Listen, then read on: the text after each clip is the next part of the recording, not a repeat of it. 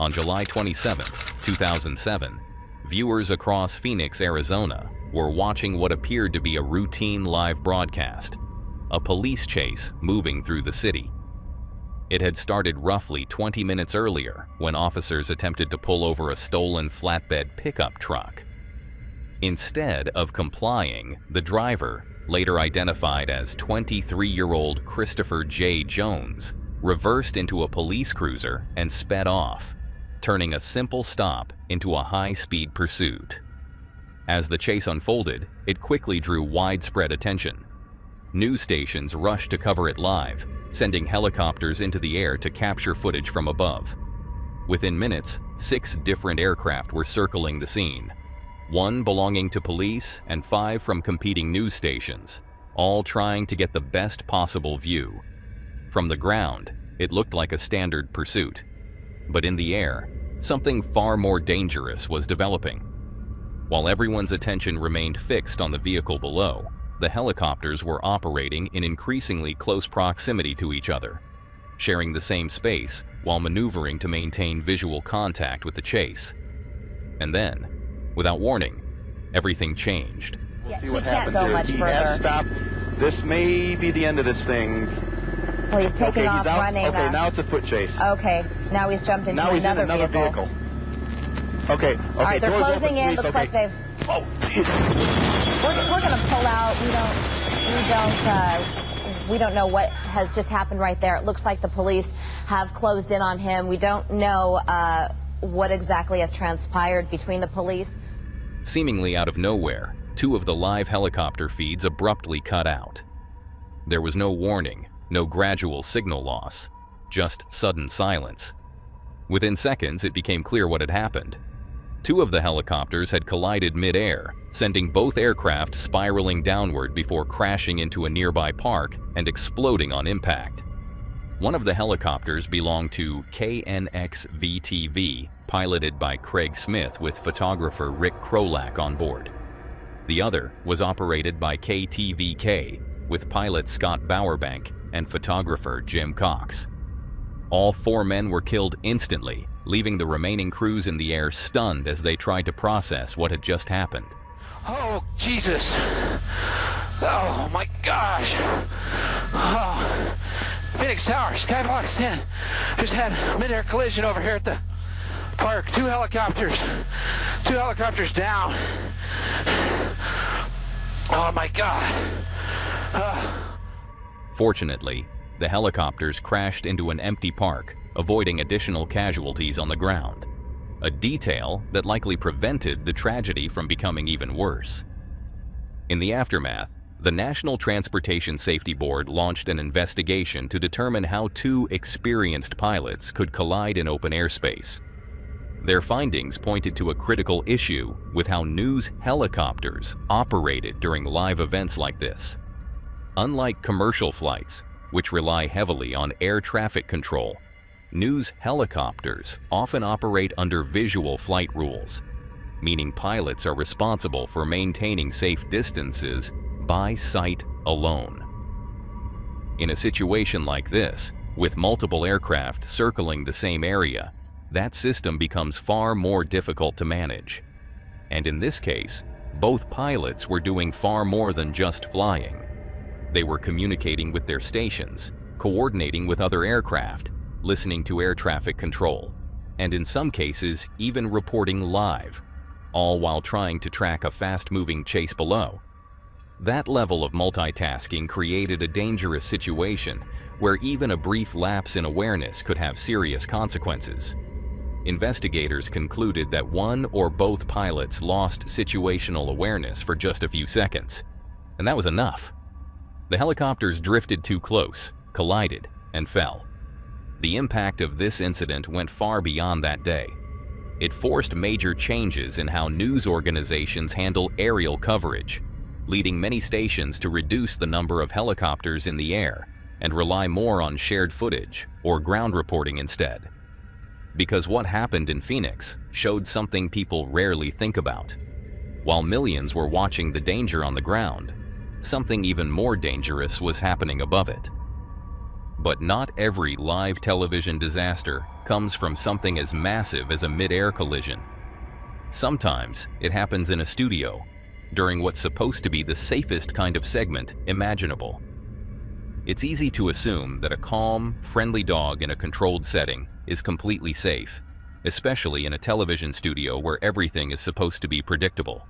But on February 8th, 2012, during a live broadcast in Denver, that assumption turned out to be very wrong.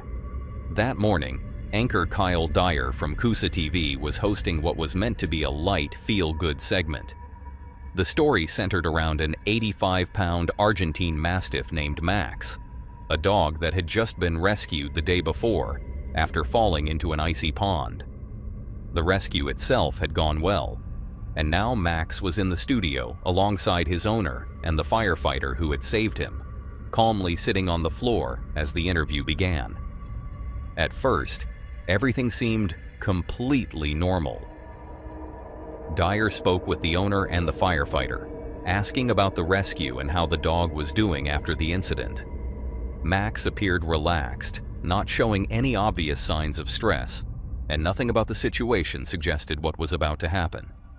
But as the conversation continued, Dyer leaned slightly forward, reaching down to pet Max under his chin in what seemed like a harmless, natural gesture. In an instant, the situation changed. Without warning, Max lunged upward and bit her directly in the face. The reaction was immediate and chaotic. The broadcast cut away almost instantly as Dyer recoiled, clearly injured and beginning to bleed. For viewers watching live, the shift from a calm, feel-good story to something violent and unexpected happened in a matter of seconds, leaving little time to process what had just occurred. Behind the scenes, the severity of the injury became clear very quickly. Dyer was rushed to Denver Health Medical Center, where doctors determined that the bite had caused significant damage to her lip and surrounding tissue. She underwent reconstructive surgery and required dozens of stitches to repair the injury. Due to the extent of the damage, she remained in the hospital overnight for monitoring and recovery. Meanwhile, Max was taken into custody by animal control and transported to the Denver Animal Shelter, where he was placed under a mandatory 10-day quarantine. This is standard procedure in bite cases, primarily to rule out the possibility of rabies and to observe the dog's behavior following the incident. The dog's owner faced multiple citations, including allegations related to the bite itself and questions about vaccination status. While authorities initially indicated that there may have been issues with Max's records, the owner later maintained that the dog's vaccinations were up to date and described the incident as an unfortunate accident rather than an act of aggression. He also defended Max's character, insisting that the dog had always been gentle and had never shown signs of violence before. What made the situation more complex is something that animal behavior experts later pointed out. Max had just gone through a traumatic experience the day before, falling into freezing water and being rescued under stressful conditions. Then, less than 24 hours later, he was placed into a brightly lit television studio, surrounded by unfamiliar people, cameras, and noise. Even if he appeared calm on the surface, that kind of environment can overwhelm an animal, especially one that is still recovering from stress. Dyer herself returned to television not long after the incident, addressing viewers and reflecting on what had happened. Rather than focusing on blame, she described the experience as strangely positive, largely because of the overwhelming support she received from the public during her recovery. Still, the moment remains one of the most memorable live TV incidents involving animals, because it serves as a reminder that even in controlled environments, even with animals that seem calm, there's always an element that can't be fully predicted. And sometimes, that unpredictability only takes a split second to turn something harmless into something serious. That bite was sudden, shocking, and impossible to miss. The next case is harder to process, because what made it terrifying was how long it was allowed to continue in plain sight. In the late 1970s, Jimmy Savile was one of the most recognizable figures in the United Kingdom, a man whose presence on television had become so constant that he felt almost inseparable from British pop culture itself. Living in London, and already in his early 50s, Savile had built a reputation that few could match. He hosted massively popular BBC programs like Top of the Pops and Jim'll Fix It, appeared regularly on national broadcasts, and was widely celebrated as a kind of eccentric but beloved entertainer. To the public, his life looked almost unreal in how successful and admired it was. He raised millions of pounds for charity, received honors for his contributions, and was often seen surrounded by children on his shows, granting wishes and presenting himself as someone who genuinely cared about helping others. He cultivated an image that felt both strange and harmless at the same time, leaning into his odd personality in a way that made people view him as unique rather than suspicious. But even during those years, there were moments that didn't quite fit the image he was presenting. During recordings, particularly when interacting with young female guests, Savile's behavior would sometimes cross a line that was difficult to clearly define, but equally difficult to ignore. He would make comments that lingered longer than they should have, jokes that carried a tone that felt slightly off, and physical gestures that seemed too familiar for the setting. A hand resting on a shoulder for just a bit too long, a lean-in that felt unnecessary, or remarks directed at teenage girls that blurred the line between humor and something more uncomfortable. At the time, most people didn't interpret these moments as serious warning signs. Audiences laughed them off as part of his strange on-screen persona, while some crew members dismissed the behavior as harmless eccentricity. In an environment where Savile was already seen as a powerful and untouchable figure within the BBC, there was little incentive to question him, and even less willingness to confront what those moments might actually mean. But the behavior didn't stop. It became more frequent, more visible, and harder to ignore over time. Clips from various broadcasts showed him making suggestive comments openly, referring to teenage girls as his girlfriends, and interacting with guests in ways that visibly made them uncomfortable. Of my girlfriends. So she has something to say back, which is, "This is my boyfriend." oh, so she said it, you see. Just shift up there because it looks like I've added a girlfriend to my collection, ladies and gentlemen. Is there room for both of us in here? What made it even more unsettling was that none of this was hidden. It was happening in plain sight, under studio lights, in front of live audiences, and recorded for millions to see. Behind the scenes, there were people who raised concerns. Years later, multiple victims came forward describing how they had reported Savile's behavior to staff members at the BBC, only to be ignored or dismissed. Some were told not to cause trouble. Others were brushed off entirely. Investigations would later reveal that police had received allegations about Savile as far back as the 1960s, yet no meaningful action was taken. The pattern repeated itself over decades, with reports being made, concerns being raised, and nothing changing. The truth only began to surface after Savile's death in 2011. In 2012, a documentary aired featuring victims who had never spoken publicly before, and what followed was a flood of new testimonies. As more people came forward, the scale of what had been hidden became impossible to deny. Savile was not just someone who behaved inappropriately. He was a serial sexual predator who had abused hundreds of victims over the course of several decades. Much of that abuse took place during the very years he was being celebrated on television, often in environments where he had easy access to vulnerable individuals, including hospitals, schools, and studios. What makes this case especially disturbing is not just the scale of the crimes, but how visible the warning signs were. The behavior was not entirely concealed. It was seen, recorded, and in many cases, dismissed. Jimmy Savile's story is unsettling because it wasn't hidden in darkness. It unfolded slowly, in plain sight, over decades, protected by reputation, power, and the reluctance of institutions to confront what was right in front of them. While that story is disturbing because of what was hidden behind the screen, the next one is haunting for a different reason. Because viewers watched the tone of a live broadcast change in real time as tragedy unfolded.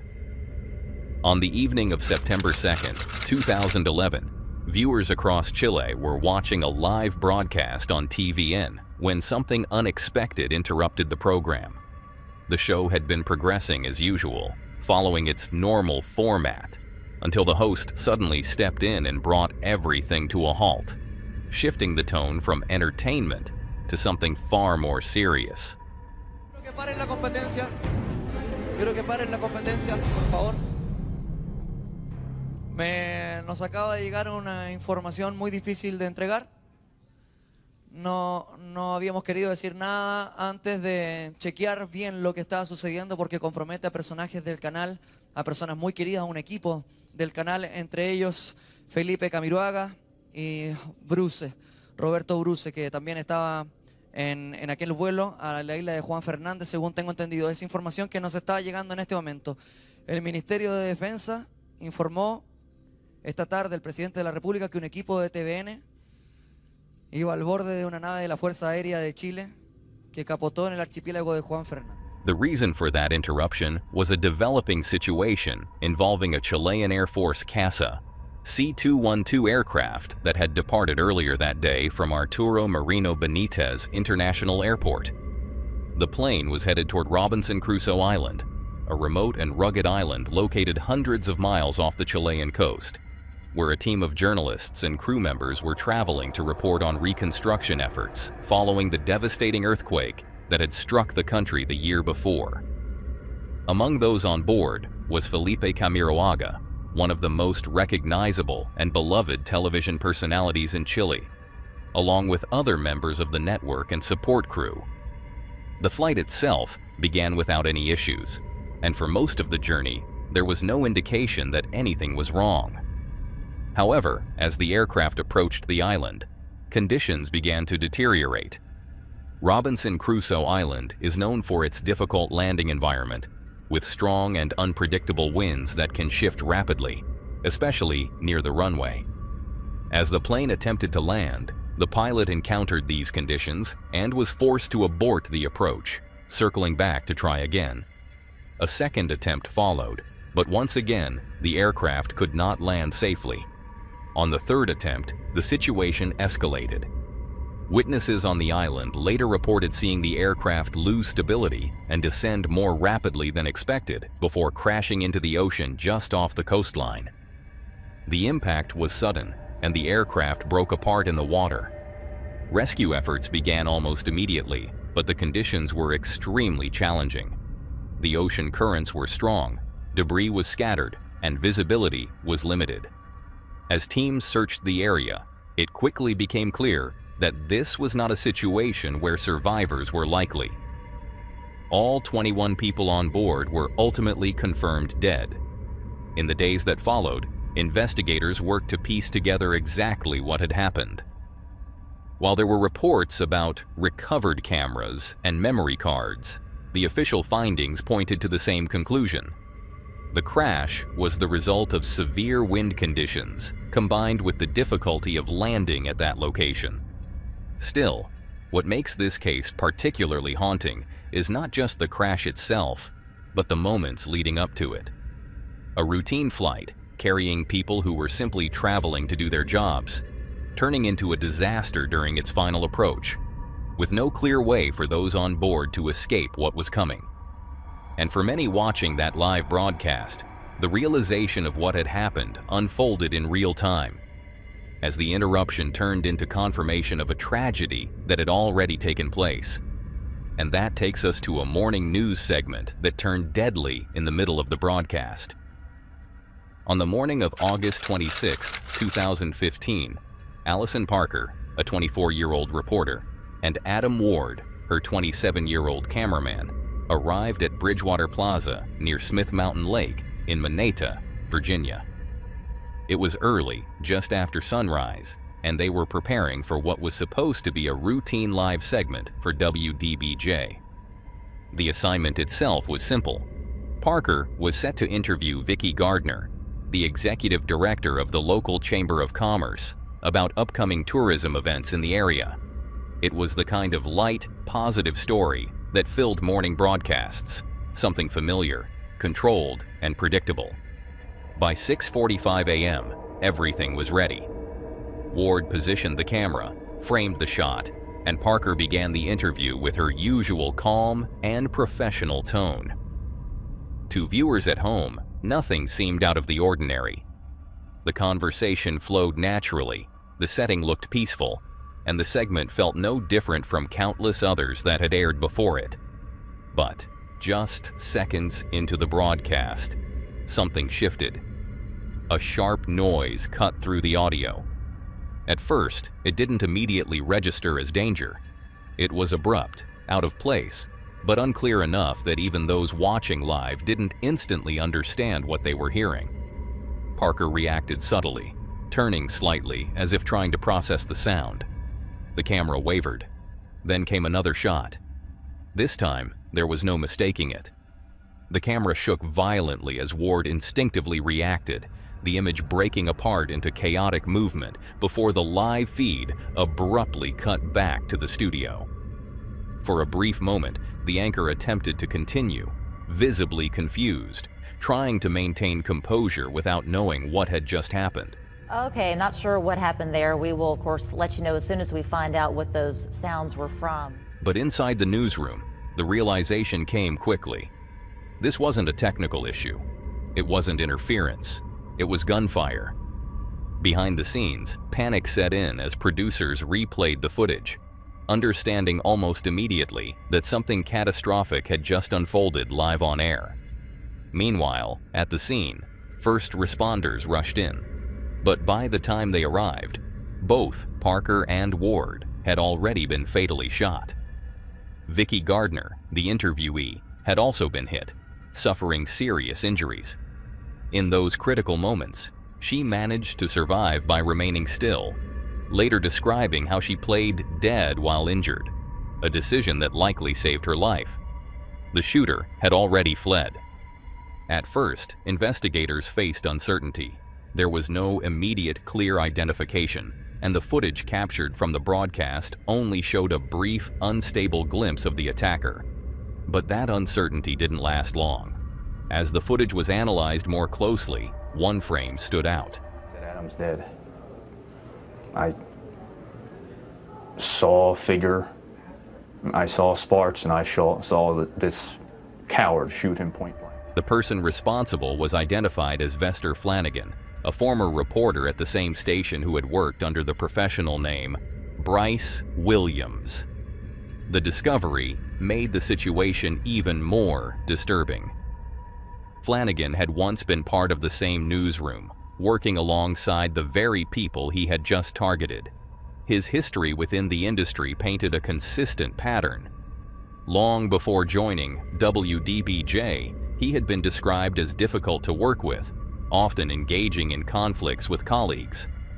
At a previous station, he had been fired for behavior that co-workers described as aggressive and intimidating. When he joined WDBJ in 2012, that pattern continued. Within months, multiple employees had filed complaints, describing confrontations and feeling uncomfortable around him. His behavior escalated to the point where management ultimately terminated him in early 2013. He had increasing conflicts with people at the station, especially the floor crew, some of the other reporters, some of the photographers in the field, to the point where he was threatening people, had some physical confrontations with a couple of people, and at one point became such a distraction that we finally had to terminate him. When that happened, he refused to leave peacefully, had to be escorted out by police, and made threats toward his co-workers. In the years that followed, his resentment grew. He blamed others for his situation, including Parker and Ward, whom he believed had contributed to his dismissal. While investigations at the time found no evidence supporting his claims of discrimination, that didn't change how he perceived it. By 2015, that resentment had turned into something far more dangerous. On the morning of the shooting, Flanagan had tracked down the crew's location, waited nearby, and approached them as they were broadcasting live. The attack itself lasted only seconds, but the planning behind it had been building for years, and even after the shooting, it didn't end there. At 8:26 a.m., Flanagan sent a 23-page manifesto to ABC News, attempting to explain his actions. The document was filled with disjointed thoughts, anger, and references to other violent events, but it offered no clear justification, only a glimpse into a deeply unstable mindset. Then, later that morning, he escalated the situation further. He uploaded his own recorded footage of the attack to social media, showing the event from his perspective, removing any remaining doubt about his involvement and forcing the entire country to confront what had happened. A nationwide manhunt began almost immediately. Using his cell phone signal, authorities were able to track his location to a highway as he attempted to flee in a rental car. Around 11:20 a.m., officers moved in to stop him. When they attempted to pull him over, he accelerated, leading to a brief pursuit before crashing his vehicle on the side of the road. Before officers could reach him, Flanagan used his weapon on himself, bringing the manhunt to an abrupt and final end. What makes this case so deeply unsettling is not just the violence itself, but how it unfolded. It happened in a setting that was supposed to feel safe, controlled, and routine. A live broadcast, something designed to inform and connect people, suddenly became the setting for a targeted attack that played out in real time.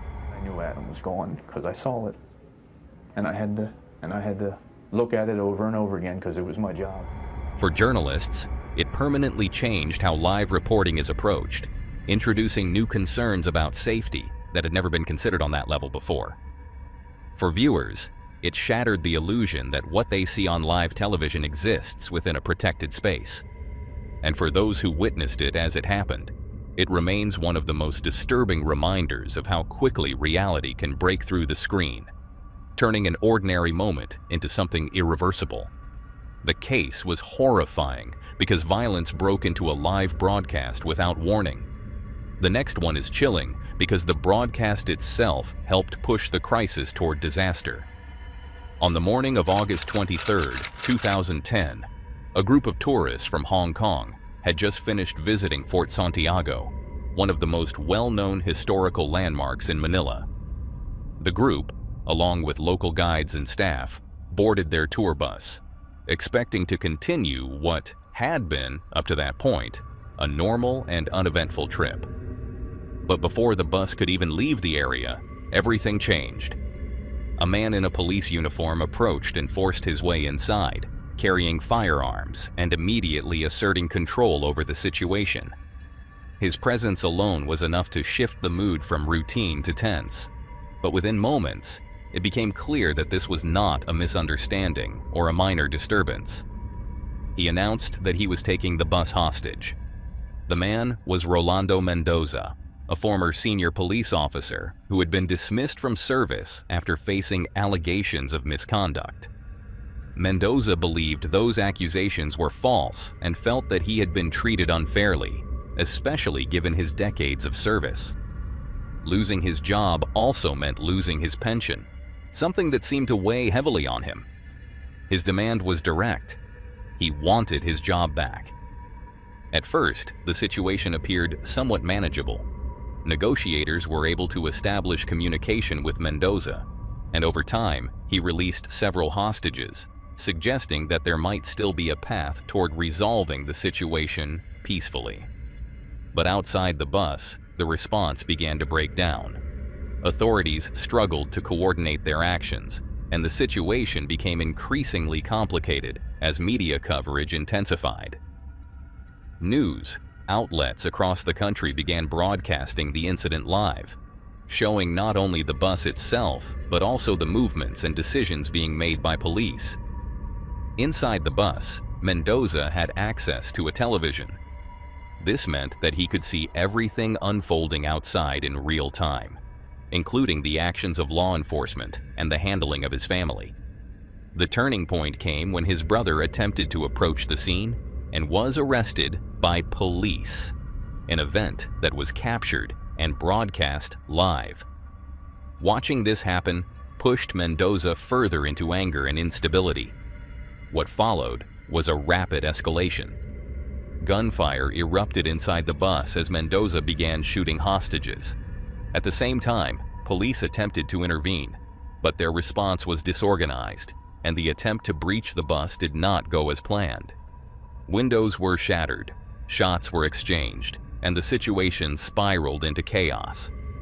By the time it was over, 8 hostages had been killed. Mendoza was also shot and killed by police. The incident quickly became one of the most devastating hostage crises in Philippine history, drawing international attention and leading to widespread criticism of how the situation had been handled. Investigations later highlighted failures in communication, coordination, and tactical execution, all of which contributed to the tragic outcome. What makes this case especially difficult to process is how it evolved. It began with a single individual making a demand, something that might have seemed containable in the early stages, but gradually escalated due to a combination of emotional instability, external pressure, and critical mistakes. And by the time control was lost, the consequences had already become irreversible. And that takes us to this next story, which trades guns and chaos for lights, laughter, and celebrity guests. But it ends with the same lesson. Once something goes wrong, live on air. There's no taking it back. What was supposed to be a fun promotional moment on live television in March 1985 quickly turned into something far more serious, in a way that no one in the studio, or watching at home, was expecting. The incident took place during a live episode of Hot Properties, a talk show hosted by Richard Belzer. That night's guests included 2 of the biggest names in professional wrestling at the time, Hulk Hogan and Mr. T, who were there to promote the upcoming WrestleMania 1. The atmosphere at the start was light, energetic, and playful, exactly what you would expect from a talk show featuring larger-than-life personalities like Hogan and Mr. T. As the segment continued, Belzer, known for his sarcastic humor and curiosity, began questioning the legitimacy of professional wrestling moves. At one point, he challenged Hogan directly, asking him to demonstrate whether one of those holds could actually render someone unconscious. Hogan initially hesitated, but after some back and forth, he agreed to demonstrate a move known as a front chin lock. What happened next unfolded in seconds. Hogan applied the hold, wrapping his arm around Belzer's head and applying pressure. Almost immediately, Belzer's body went limp.